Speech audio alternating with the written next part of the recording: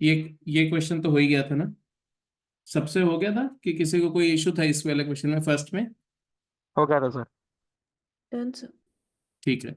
और इस इसके बाद वाला जो क्वेश्चन था इसका भी अपना व्यू दो, ये हो गया ना? Yes sir. किसी भी बच्चे को अगर इस क्वेश्चन के रिगार्डिंग कुछ पूछना हो, बोला गया show that at any point on the hyperbola x y equal to c square the sub tangent varies as the abscissa and sub normal varies as the cube of ordinate of the point of contact. Sub tangent varies as abscissa and the subnormal varies as the cube of the ordinate of the point of contact। ये proof करने के लिए क्या करना है? What is सबटेंजेंट? सबटेंजेंट क्या है? L S T अगर बोला जाए तो आप क्या बोलेंगे? It is equal to mod of y, into d x y. किसी किसी रैंडम एक्स वाई पॉइंट पर अगर लेंगे तो y times d x over d y. Yes sir. And this, if you calculate for this particular curve, so what is, if xy is equal to c square, इसका मतलब क्या हुआ?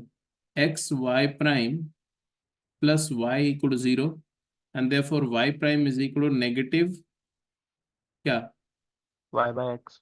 X upon y, y upon x. Y by x. D x by d y हो गया x upon y. तो d x by d y क्या आ गया?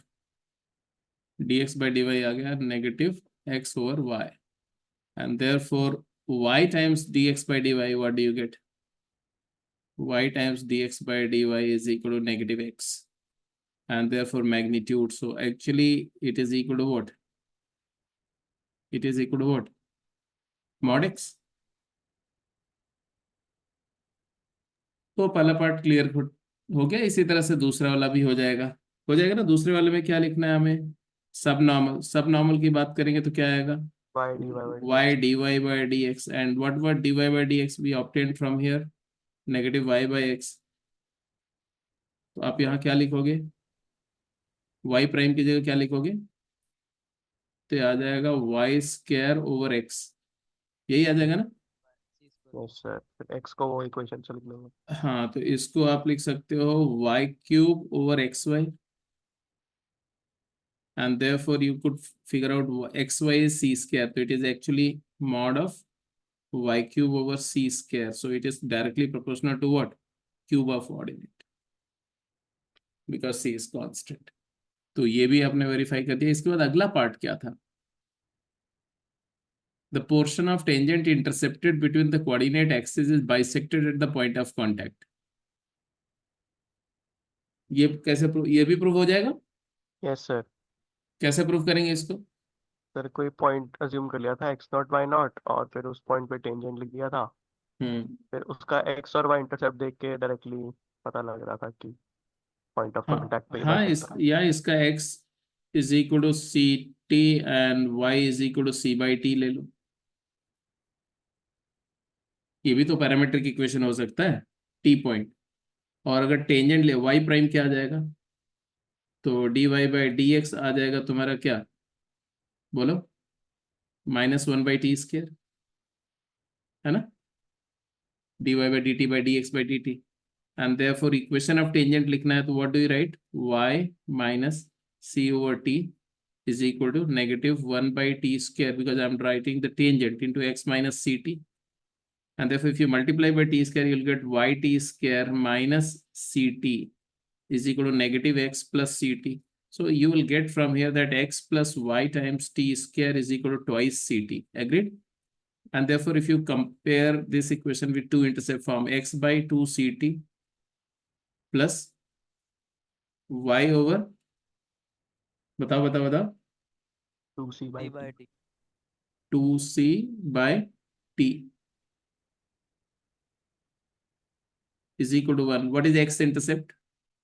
इससे अपने को क्या दिख रहा है? आपको दिख रहा है इससे कि जो आपने कर्व चूज किया है उस कर्व का जो टेंजेंट है किसी पॉइंट का, मतलब ऐसा अगर मान लो कर्व है आपका और इस कर्व के किसी पर्टिकुलर पॉइंट पर आपने टेंजेंट ड्रॉ करी है ऐसे टी पॉइंट पर, वो टेंजेंट का वो पोर्शन जो कोऑर्डिनेट फ्रेम के बीच कट हो रहा है, ये तो एक्स इंटरसेप्ट इसका क्या है 2c t, 0, और वाई इंटरसेप्ट क्या है 0, 2c/t, and the point of contact क्या है सी सी t, c/t, तो obviously this is a mid point, है ना।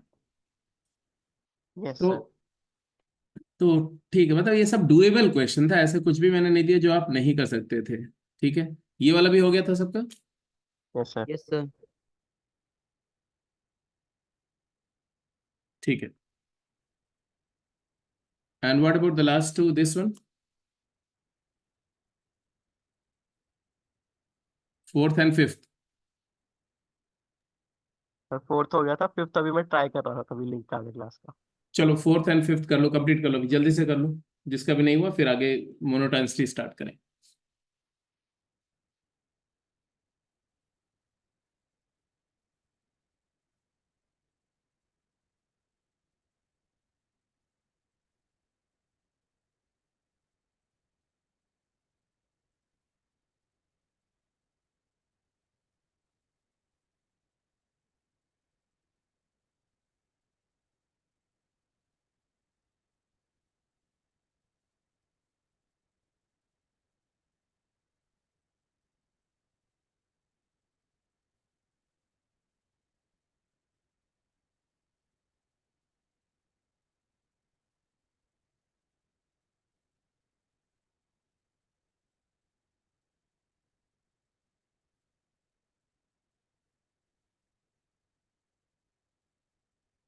बोला क्या, find the right the equation of curve whose subtangent is proportional to its abscissa and tangent to the curve at 1, 1 is parallel to angle bisector of the pair of straight line xy equal to 0. First of all, subtangent is proportional to its abscissa, ये दिया हुआ, इससे आपको क्या मिला, subtangent means what, subtangent means y dx over dy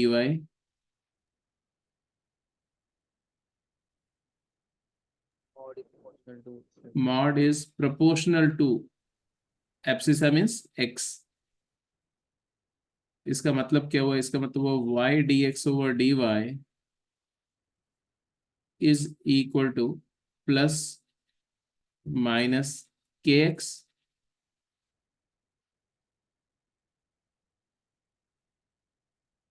and this k, the constant of proportionality, you can figure out by the condition that क्या दिया हुआ है, at 1, 1 the tangent to the curve is parallel to this. So what is the angle bisector of this pair of line? The pair of line is pair of axes, x equal to 0 and y equal to 0.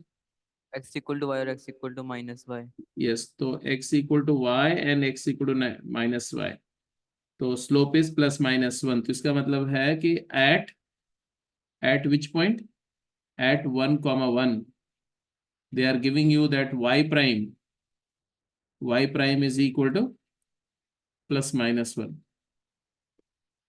वहां से आपको k determine हो जाएगा। कर लिया, पहला case लेंगे क्या, पहला केस लेंगे if y prime is equal to 1 at 1, 1, इस डिफरेंशियल इक्वेशन में पुट करो तो क्या आएगा, dx by dy की वैल्यू 1 पुट करेंगे, y प्राइम y की वैल्यू 1 पुट करेंगे, x 1 पुट करेंगे, तो k की वैल्यू क्या आएगी, प्लस माइनस 1. k की वैल्यू प्लस माइनस 1 आएगी। अगर y प्राइम को -1 पुट करेंगे तब क्या आएगा, तब भी k की value plus minus 1. Plus minus 1 ही आएगी। इसका मतलब है कि हम कर्व को क्या ले लें, दो केसेस में दो कर्व लेके चल सकते हैं। हम एक ले सकते हैं कि y times dx over dy is equal to x, और y times dx by dy equal to negative x। Now you correspond to this curve, ये एक डिफरेंशियल इक्वेशन है, ये डिफरेंशियल इक्वेशन से आपको मिल रहा है dx over x is equal to dy over y, and after solving this differential equation, for that you need to integrate both side, है ना? तो क्या आएगा बताओ? log x is equal to log y plus some log c. ln of mod x is equal to ln of mod y and plus ln of mod c भी लिख सकते हो, या सिंपली सी लिख सकते हो, क्योंकि किसी भी कांस्टेंट को आप log ऑफ समथिंग लिख सकते हो, log ऑफ सम कांस्टेंट लिख सकते हो। वर्चुअली देखो तो यहां से आ जाएगा क्या, इसको इन दोनों को क्लब कर सकते हो ना ऐसे, तो ln of y by x लिख सकते हैं क्या, mod of is equal to something k लिख सकते हैं, लिख सकते हैं ऐसा। Yes, sir. यहां से y बाई एक्स की वैल्यू क्या आएगी, E plus to the power k. E raise to the power k, e raise to the power k, तो मॉड y बाई एक्स की जो वैल्यू आएगी वो ई रेस टू द पावर के है। के अगर कांस्टेंट है तो ई टू द पावर के भी कोई कांस्टेंट है, उसको अपन सी मान सकते हैं, पॉजिटिव कांस्टेंट है, तो y की वैल्यू आ जाएगी प्लस माइनस सी एक्स, है ना? y is equal to plus minus c x हो जाएगी। 1, 1 सेटिस्फाई करेगा तो y इक्वल टू x आ जाएगा। हाँ, तो 1,1 सेटिस्फाई करेगा तो at x equal to 1 y equal to 1, तो 1,1 सेटिस्फाई करके एक तो c की वैल्यू तुम्हारी क्या आ जाएगी, 1 प्लस माइनस 1। या -1 आ जाएगी, तो आपको कर्व आया y is equal to plus minus x, but इसमें से y इक्वल टू एक्स और y equal to minus x, but इसमें से कौन सा कर्व है जो 1,1 को सेटिस्फाई करेगा, y equal to x. Boundary condition से ये लेंगे और इसको रिजेक्ट करेंगे। ये एक पार्ट हुआ। दूसरा पार्ट, जब आपने इसको लेके वर्कआउट किया तब क्या आएगा बोलो, इससे आपको आपको मिल रहा है dx over x plus dy over y, या equal to minus dy by y भी लिख सकते हो, या plus dy by y equal to 0, isn't it? Yes. तो इंटीग्रेटिंग बोथ साइड क्या आएगा,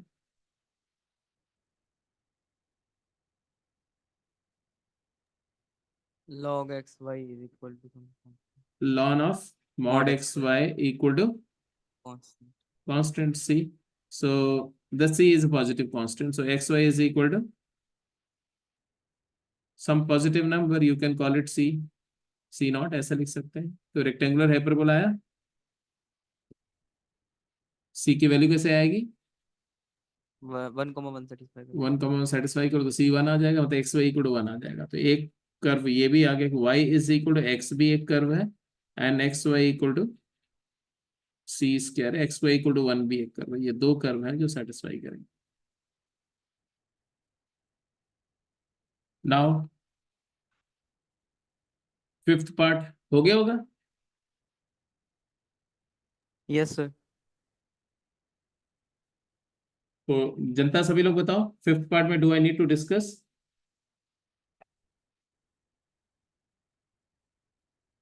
अच्छा, इसमें सब टेंजेंट जो लिखा हुआ था, अगर सब टेंजेंट, अब ये एक काम आपको दे रहा हूं, ये कर लेना। अगर सब टेंजेंट की जगह टेंजेंट हटा दूं मैं और यहाँ नॉर्मल लिख दूं, सब नॉर्मल लिख दूं, देन ये अपने आप सॉल्व करना, डिफरेंशियल इक्वेशंस चेंज हो जाएंगे, और सब नॉर्मल के लिए यही वाली टास्क को कंप्लीट करना, ठीक है? तो आपके लिए एक डिफरेंट एक्सपीरियंस होगा। फिफ्थ क्वेश्चन हो गया भाई, Yes, sir. तो मैं आगे बढ़ रहा हूं देन, और let's go ahead with the monotonicity क्या है उस पे बात करते हैं। तो कैन वी बिगिन? सब लोग तैयार हो? 1 मिनट सर। Yes.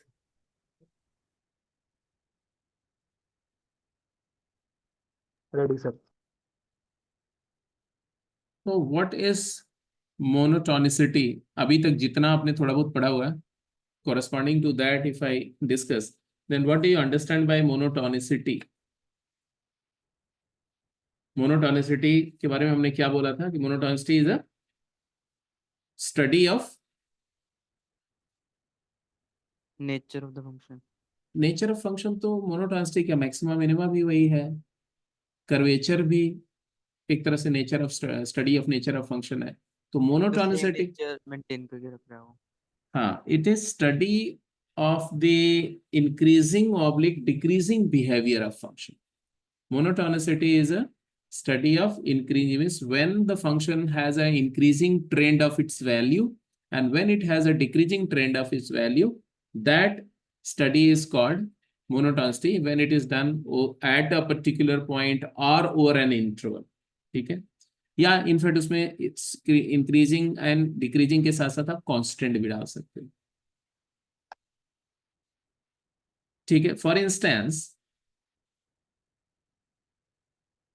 जैसे अगर मैंने ऐसा बोला कि एक कर्व है, कुछ इस तरह से आएगी, look at the diagram of the curve.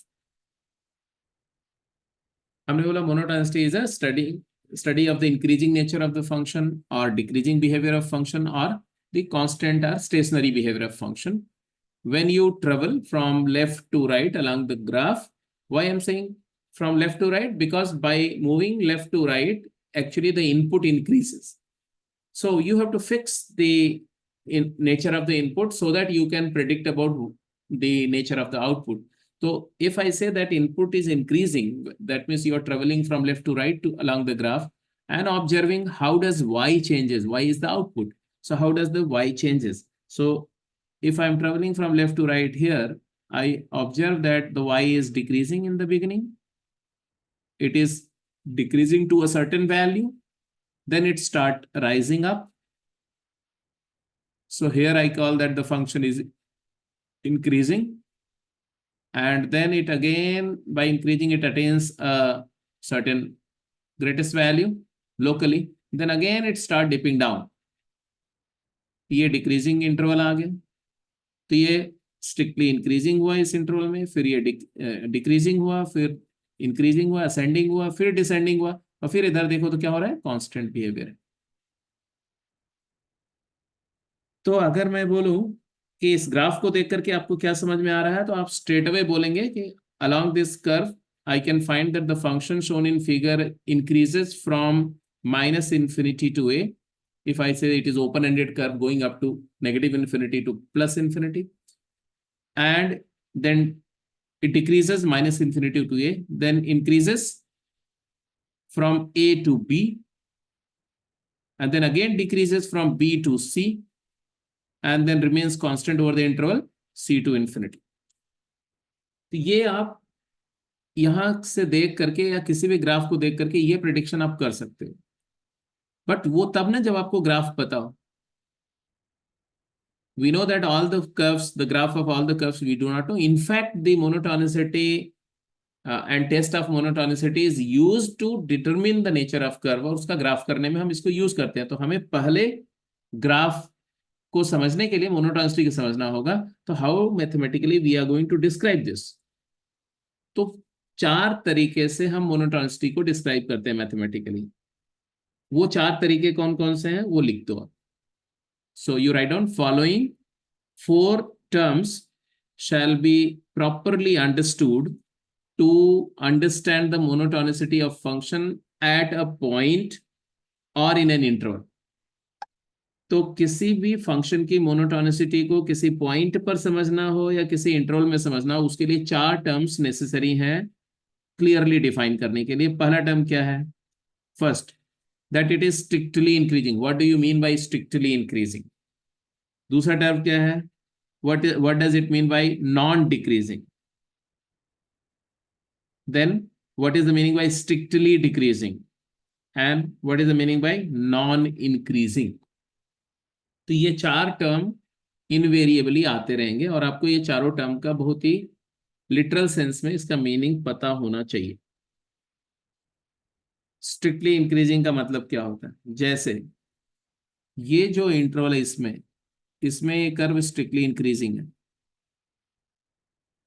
इसका मतलब क्या हुआ? तो स्ट्रिक्टली इंक्रीजिंग, अभी प्रॉपर्ली एक एक को डिफाइन करेंगे। मतलब जब इनपुट इंक्रीज करे, मीन्स अगर x2 x1 से बड़ा है तो f of x2 f of x1 से क्या होना चाहिए? बड़ा होना चाहिए। Larger the input larger be the output. और ये बात उस इंटरवल के हर एक पॉइंट पर होल्ड करनी चाहिए। सिमिलरली नॉन डिक्रीजिंग को कैसे डिफाइन करोगे? How do you define non decreasing?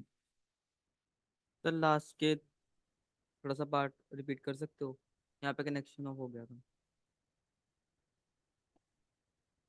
मैंने बोला कि हम लोग चार टर्म्स पर बात कर रहे हैं कि उन चारों टर्म्स की मीनिंग समझ लें।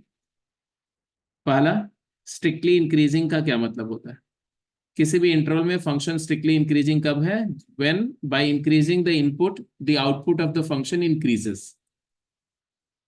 अभी ये सारे टर्म को अलग अलग डिफाइन करेंगे, लेकिन अभी जस्ट मोटा मोटा से जो पहले मैंने बताया था उसी चीज को। नॉन डिक्रीजिंग का मतलब क्या है? नॉन डिक्रीजिंग मतलब फंक्शन इंक्रीज कर रहा है या तो स्टेशनरी है, डिक्रीज नहीं कर रहा है। इसका मतलब क्या हुआ कि इसमें x2 अगर x1 से लार्जर है तो f ऑफ x2 या तो f ऑफ x1 से बड़ा होगा या इक्वल होगा, छोटा नहीं हो सकता। तो यह इक्वालिटी वाली चीज आ सकती है। जैसे कि अगर कोई फंक्शन ऐसा है या ऐसा है या ऐसा है तो हम बोलेंगे स्ट्रिक्टली इंक्रीजिंग। ये पहला वाला केस है। अगर कोई फंक्शन ऐसा है कि ऐसा ऐसा इंक्रीज कर रहा है और फिर उसके बाद में ये डिक्रीज कर ऐसे कांस्टेंट हो गया फिर ऐसे जा रहा है, तो ये कौन सा केस हो जाएगा? ये स्ट्रिक्टली इंक्रीजिंग नहीं है। ये क्या है, कुछ दूर तक ये कांस्टेंट है फिर इंक्रीज कर रहा है बट डिक्रीज तो नहीं कर रहा है, तो ये नॉन डिक्रीजिंग का केस हो जाएगा। ये स्ट्रिक्टली इंक्रीजिंग का केस था पहला वाला। तो a part, b part, c part. Strictly decreasing का मतलब क्या है? स्ट्रिक्टली डिक्रीजिंग मतलब ऐसा, चाहे वो कांस्टेंट रेट से डिक्रीज कर रहा हो, चाहे वो इंक्रीजिंग रेट से डिक्रीज कर रहा हो या डिक्रीजिंग, ये डिक्रीजिंग है केस। ये स्ट्रिक्टली डिक्रीजिंग का केस है। इवन ऐसा भी हो, ऐसे आया और ऐसे एक सेकंड के लिए ऐसा होकर ऐसे चला गया, ऐसे एक पॉइंट पर जस्ट वो स्टेशनरी हो गया, ये भी स्ट्रिक्टली डिक्रीजिंग का केस होगा। आगे इस पर डिटेल होएगा। नॉन इंक्रीजिंग का मतलब क्या है? जो फंक्शन डिक्रीज कर रहा हो या स्टेशनरी हो, इंक्रीज ना कर रहा हो। मतलब समझ रहे हो कैसा? जैसे ऐसे आया फिर ऐसे स्टेशनरी हो गया फिर ऐसे चला गया, ये क्या है? ये फंक्शन को क्या बोलेंगे आप? Non increasing. Non increasing. Non increasing है, इंक्रीज नहीं कर रहा है। तो without getting into a typical mathematical details, sense समझ में आ रहा है? स्ट्रिक्टली इंक्रीजिंग क्या है, स्ट्रिक्टली डिक्रीजिंग क्या है, नॉन इंक्रीजिंग क्या है और नॉन डिक्रीजिंग क्या है। ठीक है। अब ये चार टर्म्स की हेल्प से हम लोग डिफाइन करेंगे मोनोटोनिसिटी एट अ पॉइंट कैसे टेस्ट करते हैं, और मोनोटोनिसिटी इन एन इंटरवल कैसे टेस्ट करते हैं, और इंटरवल में ओपन इंटरवल है, क्लोज इंटरवल है, एंड पॉइंट ऑफ इंटरवल पर कैसे डिसाइड करते हैं। तो ये डेफिनेशंस आपको समझनी है। बहुत ही थ्योरेटिकल कॉन्सेप्ट है, आपको बोरियत महसूस हो सकती है, बट जो बच्चा इस पूरे डिस्कशन में पार्टिसिपेट करते हुए निकल जाएगा, उसकी पूरा आगे का डिफरेंशियल कैलकुलस फ्रीज हो गया, खत्म हो गया भाई। कहीं आपको कोई टिपिकल इश्यूज नहीं आएंगे। तो आपको थोड़ा पेशेंस रखना होगा इस डिस्कशन में। Monotonicity at a point define करो। Right down the monotonicity at a point. A function fx follows if a function fx follows any one of the above four definitions or properties or characteristics, then at a point, then it is called monotonic at point x equal to a। मतलब अगर कोई function ये चारों में से कोई भी एक डेफिनेशन को फॉलो करता है या किसी भी एक कैटेगरी को बिलोंग करता है, तो हम उस फंक्शन को उस पॉइंट पर मोनोटोनिक बोलते हैं। मेरी बात समझ में आ रही है? Yes sir. मतलब at x equal to a if fx is strictly increasing or strictly decreasing और नॉन इंक्रीजिंग और नॉन डिक्रीजिंग, ये चारों में से कुछ भी हो, या तो ये कैटेगरी हो जाए, या तो ये हो जाए, या तो ये हो जाए, या तो ये हो जाए, ये चारों में से किसी भी एक कैटेगरी को बिलोंग करता है, तो हम उस फंक्शन को क्या बोलेंगे? उस फंक्शन को हम बोलेंगे मोनोटोनिक एट ए। मेरी बात समझो, मोनोटोन सिंगल बिहेवियर, अगर वो बिहेवियर चेंज कब बोलोगे? जब वो इंक्रीजिंग से डिक्रीजिंग में ट्रांसफर हो रहा हो, ट्रांसफॉर्म हो रहा हो, या डिक्रीजिंग से इंक्रीजिंग में। तो अगर कोई फंक्शन ऐसे एक पॉइंट पर, ऐसे ये पॉइंट है, इसके इधर में इंक्रीजिंग था और इधर में डिक्रीजिंग हो गया, इसका टोन चेंज हो गया, तो ये नॉन मोनोटोनिक हो गया, मोनोटोनिक नहीं रहा। लेकिन अगर कोई फंक्शन ऐसे आ रहा था बेटा, और इस पॉइंट के बाद इसने मना किया, इसने बोला अब आगे मैं इंक्रीज नहीं करूंगा, मतलब मैं वैल्यू स्टेशनरी रखूंगा, तो इसका टोन चेंज हुआ क्या? इसका टोन नहीं चेंज हुआ। टोन दो ही होते हैं, क्या? इंक्रीजिंग और दूसरा डिक्रीजिंग।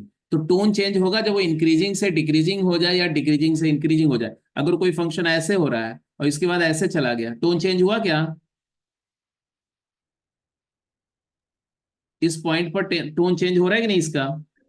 यस सर, पहले डिक्रीजिंग यस। था फिर इंक्रीज। तो ये नॉन मोनोटोनिक था, ये नॉन मोनोटोनिक है, बट ये इस पॉइंट पर ये क्या है, मैं एग्जैक्टली इस पॉइंट पे बता रहा हूं, इस पॉइंट पर ये क्या है? ये मोनोटोनिक। मोनोटोनिक है, मोनोटोन है, दो टोन नहीं है यहाँ पर। और अगर कोई फंक्शन ऐसा हो कि ऐसे डिक्रीज कर रहा हो और फिर ये ऐसे हो जाए, अब इस पॉइंट पर क्या बोलेंगे आप? तो मोनोटोनिक बोलेंगे।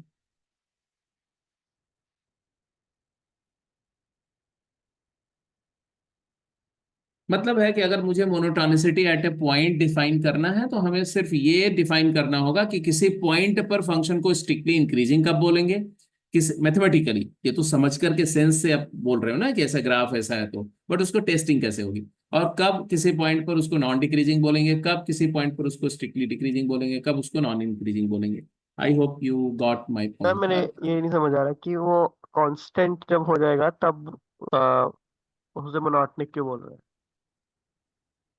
कांस्टेंट हो जाएगा तो मोनोटोनिक क्यों बोल रहे हैं? क्योंकि जैसे कांस्टेंट फंक्शन का टोन चेंज होता है क्या? वो लगातार एक जैसा ही तो है।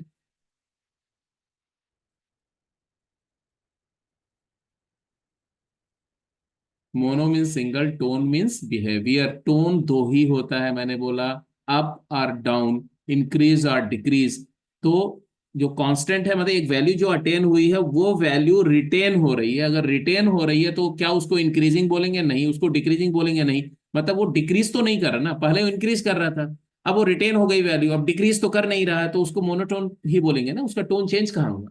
टोन चेंज होने का मतलब है कि इंक्रीजिंग से डिक्रीजिंग में कन्वर्ट हो जाना, या डिक्रीजिंग से इंक्रीजिंग में कन्वर्ट हो जाना। ठीक है सर। तो अगला पॉइंट अब आप प्रॉपर्ली अब लिखेंगे, strictly increasing eight a point. तो हम डिफाइन कर रहे हैं strictly increasing at certain point.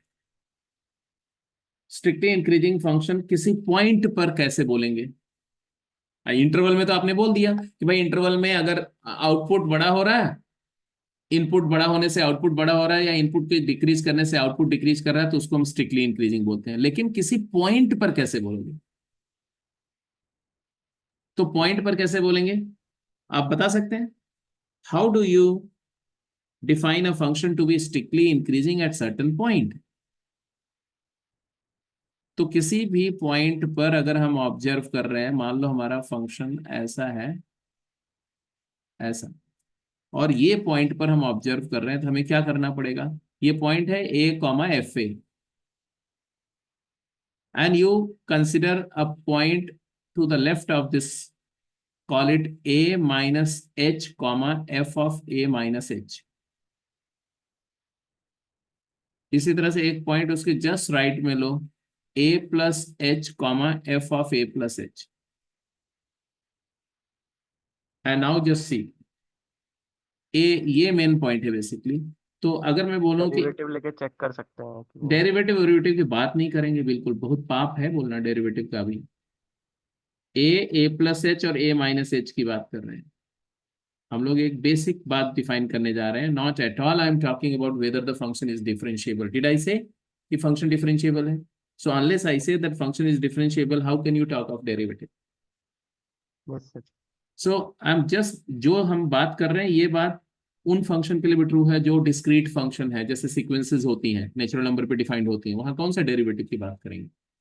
तो a माइनस एच, ए और a प्लस एच, ये तीन इनपुट्स हैं, इनका ऑर्डर क्या है बताओ? h, आपको पता है कैलकुलस में h क्या होता है? पॉजिटिव इन्फिनिटेसिमल होता है, a quantity tending to zero and very very, that means very very small but positive. h positive है ये मान के चलो, बताओ ये इनका ऑर्डर क्या है? इनको अरेंज करो।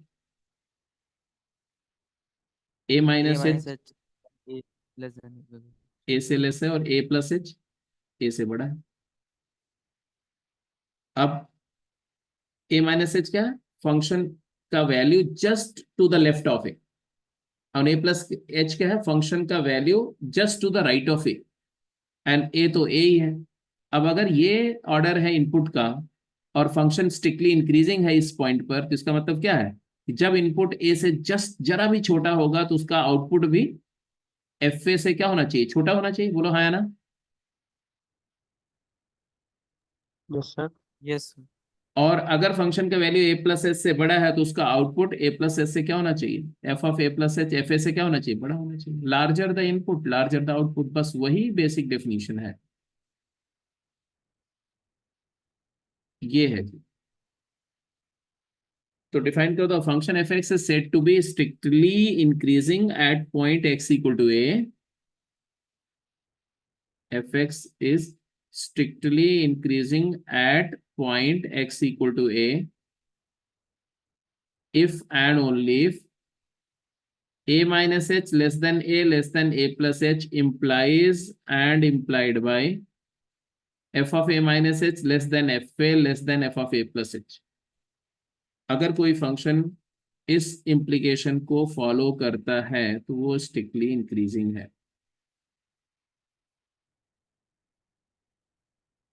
इसीलिए स्ट्रिक्टली इंक्रीजिंग फंक्शन में इनइक्वालिटीज का साइन चेंज नहीं होता। वेन एवर यू अप्लाई और you remove the strictly increasing function, the inequality do not change.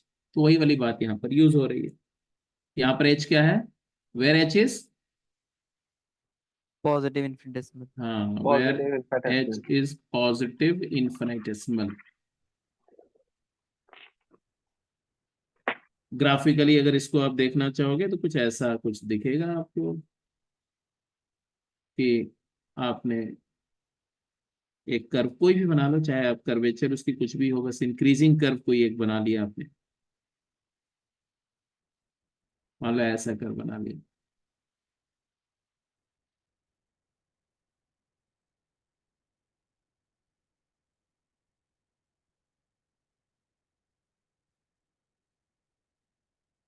थोड़ा सा सिस्टम मेरा हैंग कर रहा है। ऐसा माना ऐसा कर्व है, और यहाँ पर आपने बोल दिया कि this is A and here it is a minus h and here it is a plus H. तो ए माइनस एच की वैल्यू ये है, और एफ ए, ये एफ ए है, ये F of A plus h है, और ये F of A minus H है। आप खुद ऑब्जर्व करके देख लो कि अगर a बड़ा है a माइनस एच से और a प्लस एच a से बड़ा है, तो आप ऑब्जर्व आउटपुट भी ऑब्जर्व करो, ये एफ ए माइनस एच है और ये एफ ए है और ये एफ ए प्लस एच है, तो इंक्रीज कर रहा है। और ये इतना दूर दूर नहीं मैंने दिखाने के लिए किया, when h approaches to zero तो ये वाला पॉइंट इधर क्लोज होगा, it will get closer and closer, and ये वाला पॉइंट भी इधर क्लोज होगा। तो बेसिकली a पॉइंट और a के जस्ट पहले और जस्ट बाद वाली तीनों वैल्यू कंपेयर हो रही है। a की वैल्यू, a माइनस एच की वैल्यू, मतलब उसकी लेफ्ट लेफ्ट नेबरिंग वैल्यू से वो वैल्यू बड़ी है और उसका नेक्स्ट वैल्यू उससे बड़ी है, तो फंक्शन स्ट्रिक्टली इंक्रीजिंग है। This is what I mean to say in this entire discussion. तो समझ में आ गया? ये वाला पार्ट मुझे फर्दर एक्सप्लेन करने की जरूरत नहीं है।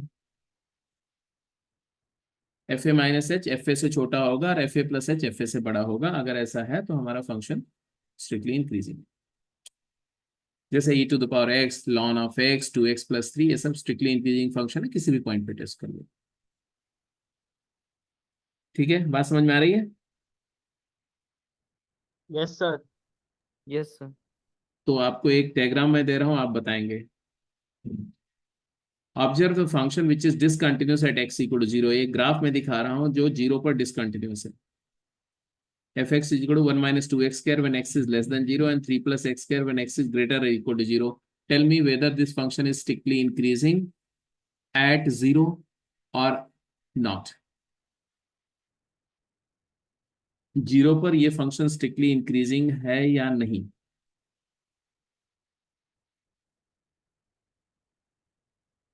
तो 0 पर फंक्शन की वैल्यू अगर देखो बेटा तो f0 क्या है? तो इक्वालिटी इधर है तो यहां से इवेल्यूट होगा 3. f ऑफ 0 प्लस h क्या है? 3 प्लस h स्क्वायर. और f ऑफ 0 माइनस h क्या है? 1 minus 2h square. So I hope f0 minus h is increasing हो रहा है. हाँ ये 1 को अप्रोच कर रहा है जो डेफिनेटली 3 से क्या है? छोटा है, मतलब f0 से छोटा है. और f0 plus h 3 plus h square से क्या है? छोटा है, क्योंकि 1 minus 2h square is less than 3 and 3 is less than 3 plus h square. h कितना भी छोटा नंबर है. ये ऑर्डर फॉलो हो रहा है, इसका मतलब ये फॉलो हो रहा है. So it is clearly strictly increasing eight 0. अगर आप इस फंक्शन का ग्राफ ड्रॉ करो, ग्राफिकली देखो इस फंक्शन को ड्रॉ करो, सभी लोग इसका ग्राफ ड्रॉ करो, इतना तो आपको आता ही. 0 के लेफ्ट में फंक्शन कैसा होगा? 1 minus 2x क्या एक इन्वर्टेड पैराबोला है. 0 पर इसकी वैल्यू 1 होगी, बट 0 पर ये वैल्यू 1 नहीं है क्योंकि 0 पर यहाँ इक्वालिटी नहीं है. तो 0,1 एक पॉइंट तो हम ड्रॉ करेंगे, लेकिन उस पॉइंट पर ग्राफ नहीं होगा, वो होल होगा. ये 0,1 पॉइंट है और इसके लेफ्ट में ये एक पैराबोला होगा नीचे की तरफ डिप करता हुआ. ऐसा ही होगा, बोलो. Yes sir. मतलब ये इंक्रीजिंग ग्राफ है ना, लेफ्ट में से लेफ्ट में इंक्रीज कर रहा है. और 0 के राइट में क्या है? 0 पर वैल्यू क्या आ रही है? 3. तो 0 पर वैल्यू 3 आ गई तो यहाँ 3 कर दिया मैंने, ये 0,3 है. और इसके बाद ये 0,3 वर्टेक्स का अपवर्ड पैराबोला है, यहाँ पर ऐसे हो रहा है ग्राफ. Yes sir. ऐसा ग्राफ है. तो अब आप यहाँ से देखो तो इधर से इंक्रीज करते हुए जा रहा है, इससे हमें कोई मतलब नहीं. हमें सिर्फ बताना है कि इस पॉइंट के लेफ्ट वाली वैल्यू ये है, ये 1 से थोड़ी सी कम है. और 0 पर वैल्यू हो गई 3, जंप हुआ, जंप के बाद फिर से इंक्रीज करा. तो ट्रेंड क्या है? 0 पर आप कैसा फील कर रहे हो? तो 0 के लेफ्ट में छोटे से बड़े की तरफ आ रहे हो. 0 पर वैल्यू 3 है, लोअर से 3 पे आया और 3 से 3 के बड़े पे जा रहे हो, तो इंक्रीजिंग ट्रेंड है. That's it. तो आपको बहुत माइन्यूटली देखना पड़ेगा. जैसे एक और ग्राफ में बना रहा हूं, इसको देखो, इस ग्राफ को देखो और समझो. आपको बताना है ये फंक्शन 0 पर इंक्रीजिंग है या डिक्रीजिंग है, ये बताना है आपको. जो मैं आपसे पूछ रहा हूं ध्यान से समझो. ग्राफ ऐसा है, फिर यहां ऐसा डॉट है, फिर ग्राफ ऐसा है और ऐसा. 0 पर ये फंक्शन क्या है? Strictly increasing.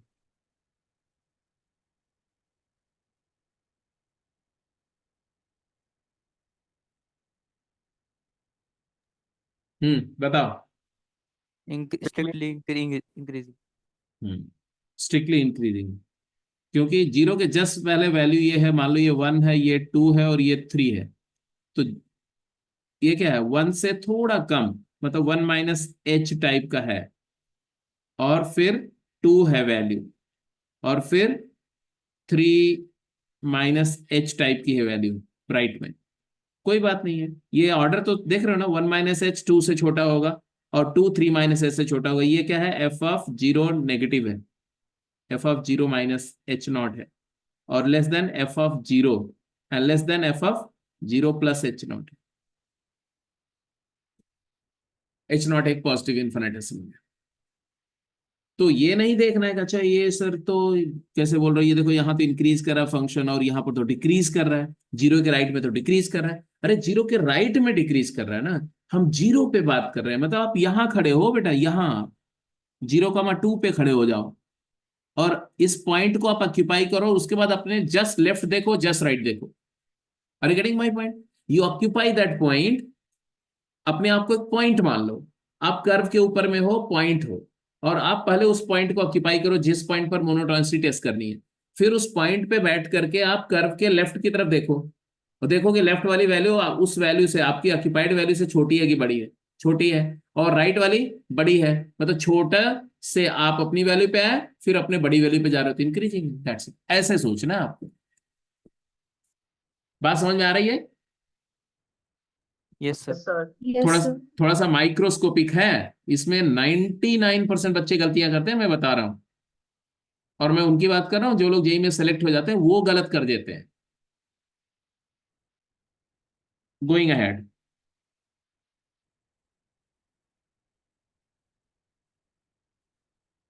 अब हम डिफाइन कर लेते हैं नॉन डिक्रीजिंग। नॉन डिक्रीजिंग को कैसे डिफाइन करो, आप अपने आप लिखो, देखें आप क्या लिखते हैं। कुछ भी गलत से जो समझ में आया लिखो, उसी तरह से जैसे पिछली डेफिनेशन देखो, स्ट्रिक्टली इंक्रीजिंग की डेफिनेशन को रीड करो और बिल्कुल टर्म बाय टर्म वैसे ही इसकी डेफिनेशन आप लिखो। देखें आप क्या लिखते हैं। Write down, a function fx said to be non-decreasing function at x equal to a if, fill in the blank करो जल्दी से।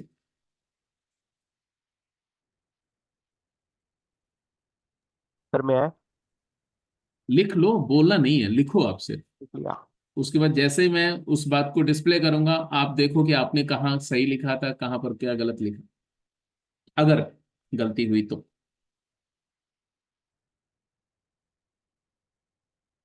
Here also you will be talking about the 3 point a minus h and a plus h and comparing the output of these 3 points.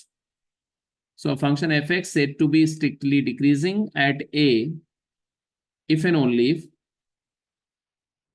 f of a minus h is less or equal to f of a, which is further less or equal to f of a plus h. ये है, sorry strictly decreasing है, non decreasing. पहले हमने strictly increasing बोला, अब उसी का एक माइल्ड वर्जन है। स्ट्रिक्टली वाला जो है वो स्ट्रिक्ट वर्जन है, ये लूज वर्जन है कि बोल रहे हैं कि इंक्रीज करे या स्टेशनरी रहे, डिक्रीज नहीं करना चाहिए। तो ये हो गया, इक्वालिटी परमिट कर रहा हूं मैं किसी एक साइड, इधर इस साइड इक्वालिटी है, उस साइड है, या दोनों साइड है, that is called non decreasing function. h is a positive infinitesimals. ठीक है, अब एक एक अगर मैं एक डायग्राम बना रहा हूं, उस डायग्राम पर ऑब्जर्व करिए। ये डायग्राम है, ये कर्व है, a minus h a plus h, b minus h b plus h. Locations को देखिए। Can I say that at x equal to a function is non-decreasing? Yes sir. At a plus h, at x equal to a plus h function is constant.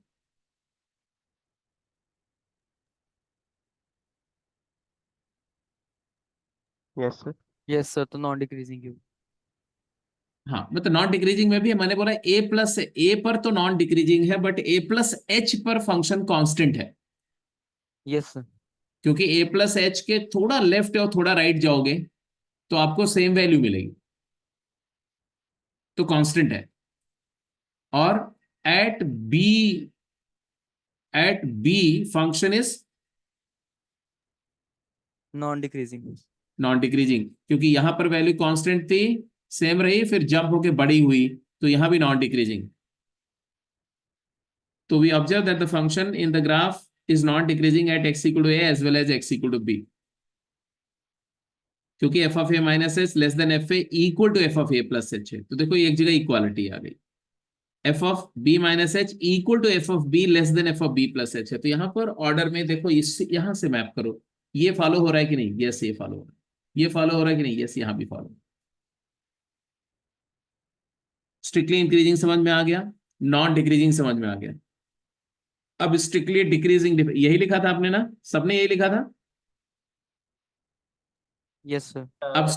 अब strictly decreasing तो सबसे simple है। Strictly decreasing तो आप फटाफट लिख दो कि f x said to be strictly decreasing at x equal to a if by applying the strictly decreasing function, since inequality gets reversed, therefore larger the input, smaller be the output, so a less than a minus h less then a minus h less then a less than a plus H होता है, तो output करते समय वो reverse हो जाएगा, f of a minus H greater than f A greater than f of a plus H हो जाएगा, जस्ट उल्टा हो जाएगा ऑर्डर। ये स्ट्रिक्टली डिक्रीजिंग का ऑर्डर। जैसे कुछ एग्जांपल दीजिए स्ट्रिक्टली डिक्रीजिंग फंक्शन के किसी पर्टिकुलर पॉइंट पर।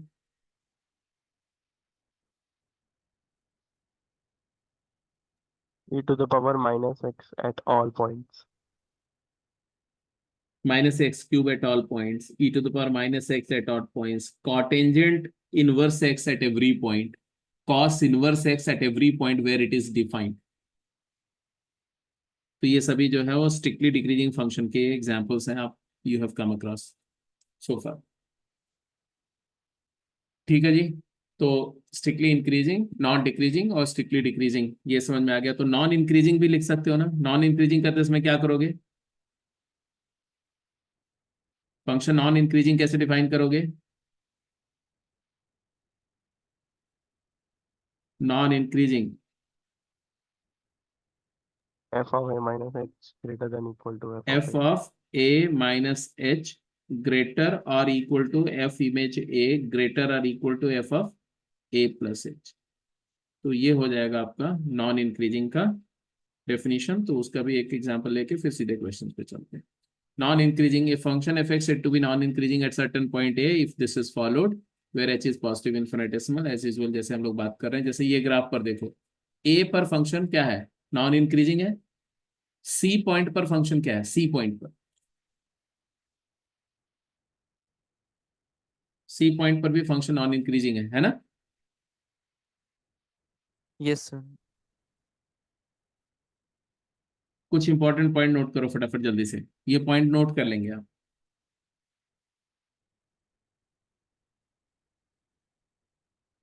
पहला,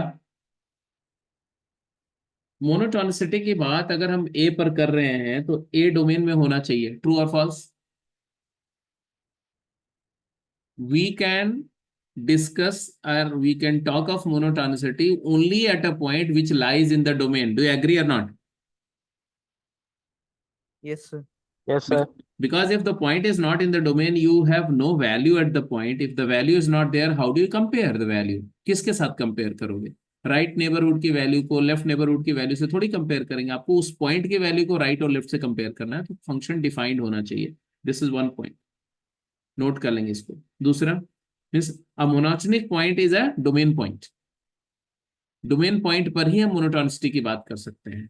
second, continuity and differentiability of function is not a prerequisite. Continuity and differentiability of function at x equal to a is not necessary if I am talking of monotonicity at a point. Monotonicity उस function की भी हम बात कर सकते हैं जो discontinuous है, जो नॉन डिफरेंशिएबल है। अभी पीछे आपने देखा, देखा कि नहीं देखा? Yes, sir. Yes sir. जैसे अगर मैं आपको एक बात बोलूं, एक फंक्शन एफ एक्स है साहब, और वो फंक्शन है mod of x minus one plus mod of x plus three. आपको बताना है इसका monotonic nature at x equal to -3 and 1 and 2 and 0। 0 भी ले लो, फटाफट जल्दी बताओ। -3 पे नॉन डिक्रीजिंग और 1 पे नॉन डिक्रीजिंग, 0 पर कांस्टेंट और 2 पर इंक्रीजिंग।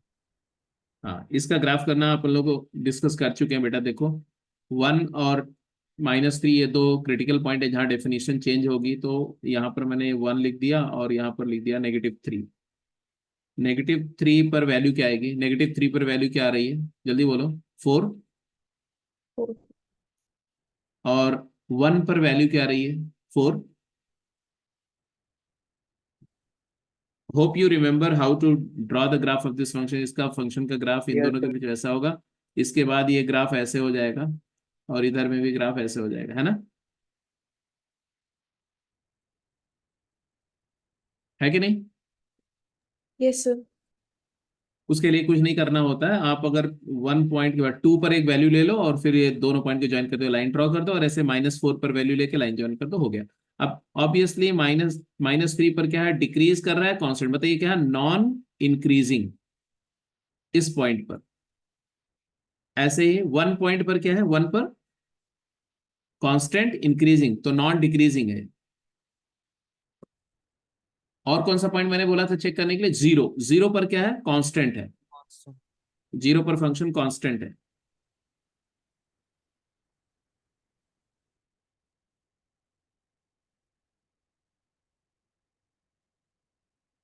जीरो पर फंक्शन कांस्टेंट है।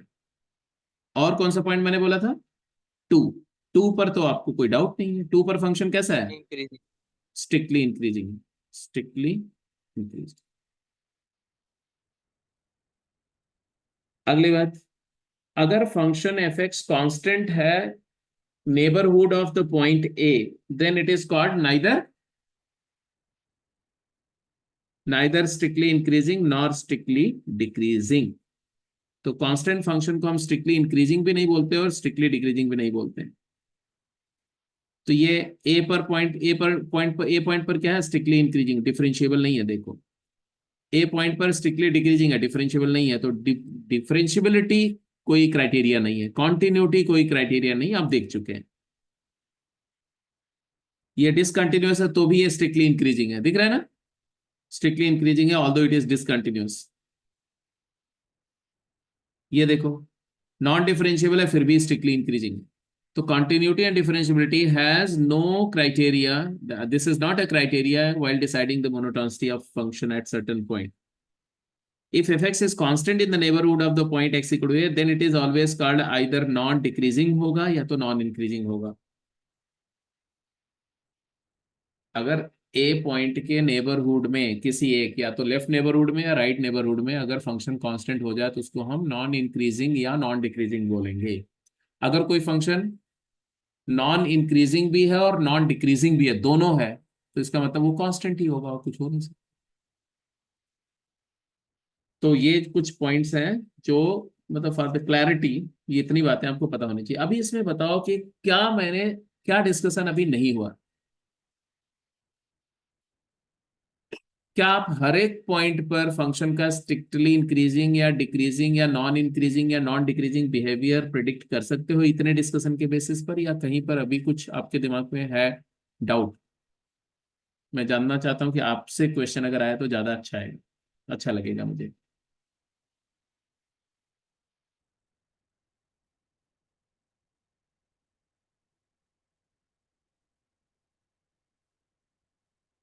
हम्म। जैसे अगर मैं बोलूं, मेरी बात ध्यान से सुनना, एक फंक्शन एफ एक्स है और वो है 2 + √x, और मैंने बोला एट x = 0 उसका नेचर बताओ क्या होगा। x = 0 पर फंक्शन का नेचर क्या है, स्ट्रिक्टली इंक्रीजिंग बोलेंगे, स्ट्रिक्टली डिक्रीजिंग बोलेंगे, या नॉन इंक्रीजिंग बोलेंगे, या नॉन डिक्रीजिंग बोलेंगे।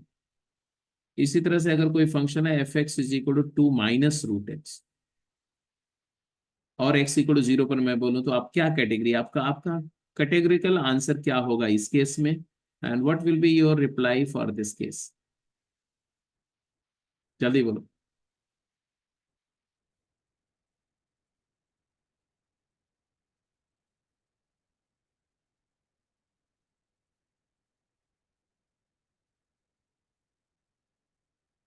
I don't think you will take that much time.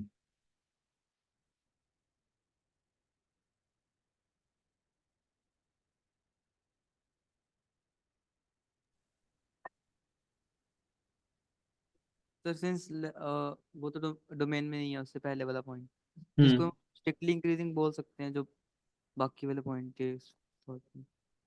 क्योंकि हाँ, क्योंकि बिकॉज जो डोमेन में नहीं है उधर तो हमें कंसिडर ही नहीं करना। अब अगर मैं इस फंक्शन की बात करूं तो f0 क्या है, f0 2 है, 2 है। f0 -h क्या है, तो आप बोलेंगे नॉट डिफाइंड है। जो नॉट डिफाइंड है मतलब वहां डोमेन नहीं, डोमेन नहीं है तो उसकी बात ही नहीं करनी है। f0 प्लस h क्या है?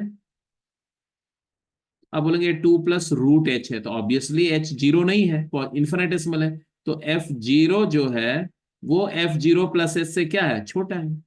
इसका मतलब इनपुट बढ़ाने पे आउटपुट क्या हो रहा है?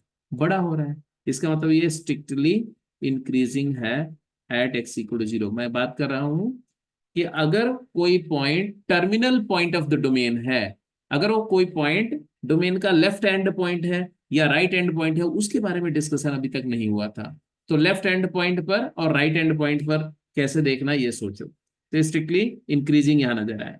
ग्राफ से भी अगर देखो तो ग्राफ कैसा नजर आएगा? देखो, ये 0 पर वैल्यू 1 है, 2 है, 2, और इसके बाद √x मतलब है कि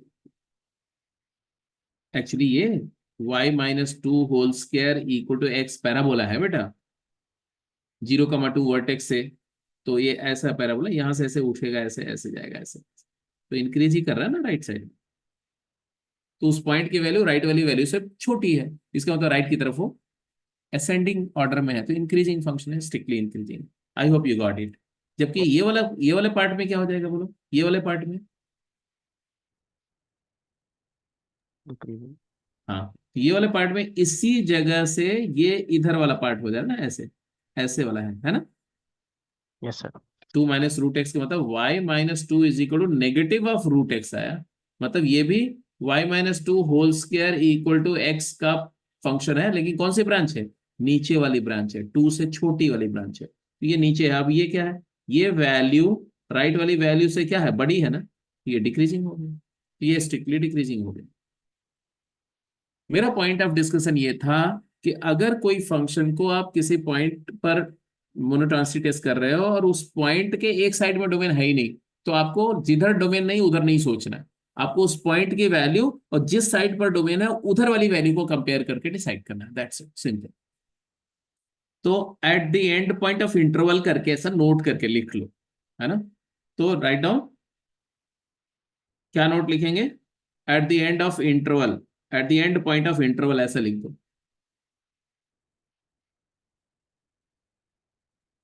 If x = a is the end point, then we use the approximate one-sided inequality to test the monotonicity of function at a। मतलब अगर x = a left and point है, तो आप सिर्फ बोलेंगे क्या कि f(a+h) से क्या होना चाहिए? अगर f(a+h) से fa बड़ा है तो ये स्ट्रिक्टली डिक्रीजिंग है, f(a+h) लेस देन fa है तो स्ट्रिक्टली डिक्रीजिंग है, अगर f(a+h) ग्रेटर देन fa है तो स्ट्रिक्टली इंक्रीजिंग है। और अगर ये राइट एंड पॉइंट है और f(a - h) fa से छोटा है, इसका मतलब a पर फंक्शन इंक्रीज करते हुए आ रहा है, यहां पर a पर फंक्शन डिक्रीज कर रहा है। दिख रहा है सबको?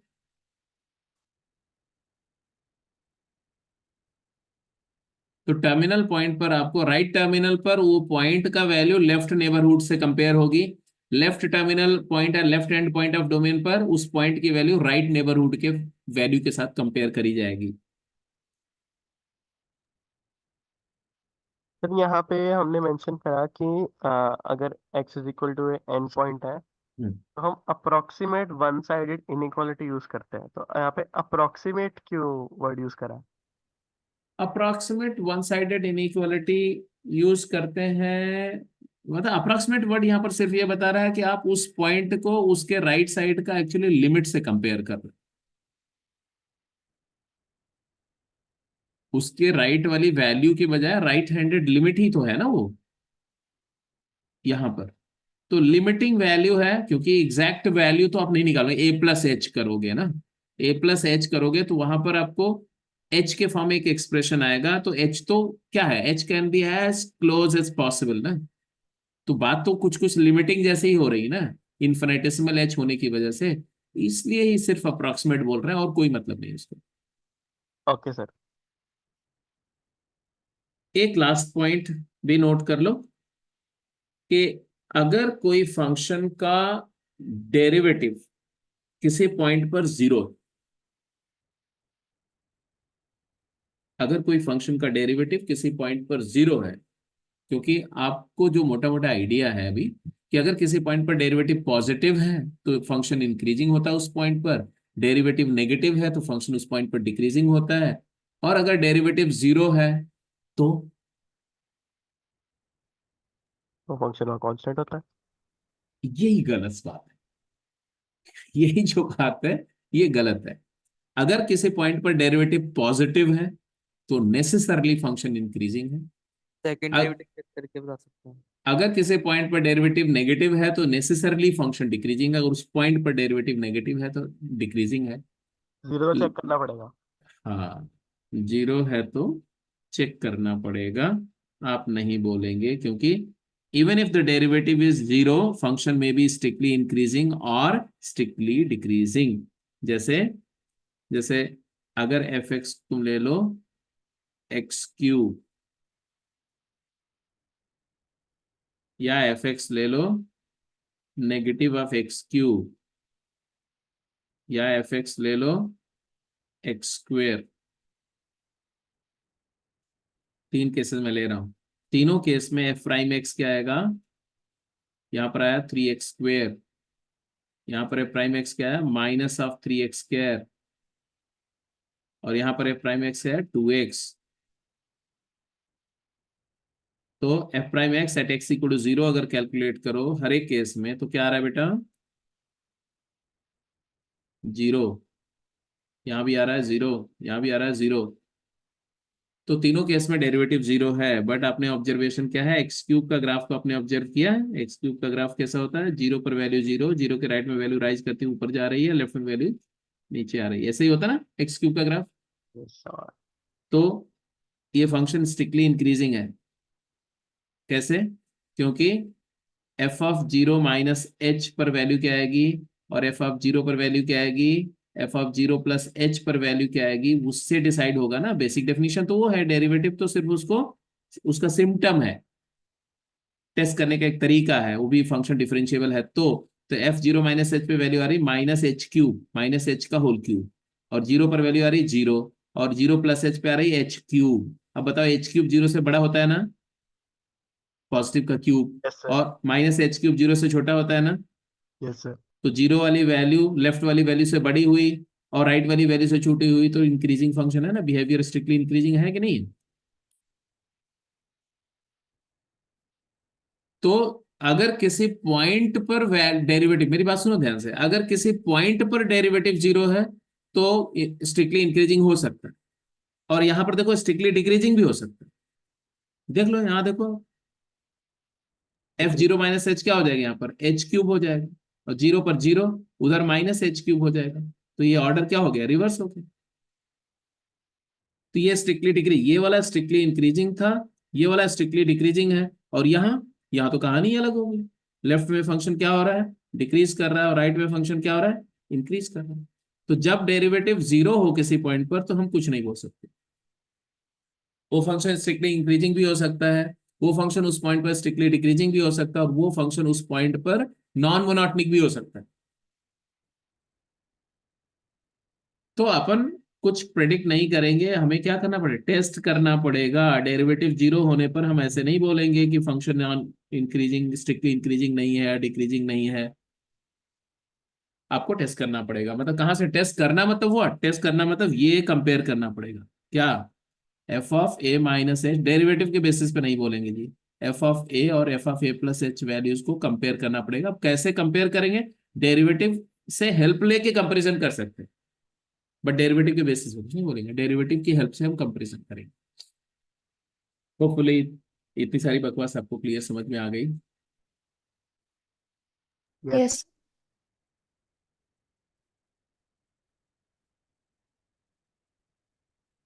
की बात खत्म करते हैं, फटाफट आंसर करो क्विक। बड़े बड़े क्वेश्चन की कोई जरूरत नहीं है इस टॉपिक में। एक बार आपको जो है वो डेरिवेटिव में मोनोटॉनिसिटी एट अ पॉइंट पर समझ डेवलप हो गई, फिर मोनोटॉनिसिटी इन एन इंटरवल की समझ डेवलप हो गई, बात खत्म।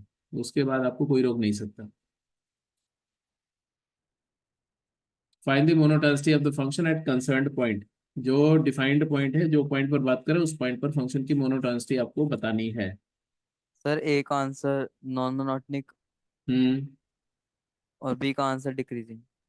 हाँ, तो we can not, out of context है ये में, क्योंकि x इक्वल 1 पर फंक्शन डिफाइंड नहीं है, तो monotonicity is out of context. B का स्ट्रिक्टली डिक्रीजिंग।